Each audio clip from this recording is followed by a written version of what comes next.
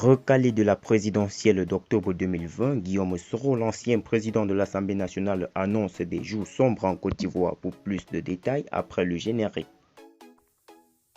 Avant de commencer, n'oubliez pas de vous abonner et d'activer la cloche de notification car cela va vous permettre de ne plus manquer les prochaines vidéos.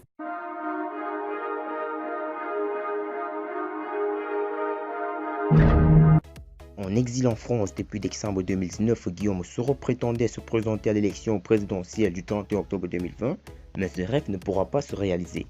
Les candidats pour la présidentielle d'octobre prochain en Côte d'Ivoire sont connus. Ce lundi 14 septembre, le Conseil constitutionnel s'est prononcé sur la recevabilité des différents dossiers de candidature déposés à la Commission électorale indépendante. Ainsi, sur 44 candidatures réceptionnées, seulement 4 ont été déclarées recevables.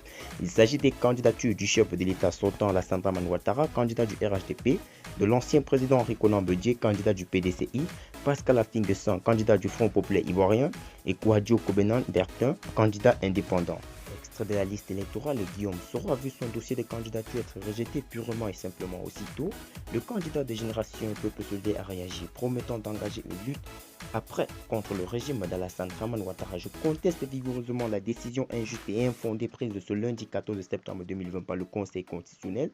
Je considère que c'est une décision unique, politiquement motivée, juridiquement boiteuse et qui s'inscrit dans une logique d'anéantissement de la démocratie de l'état de droit.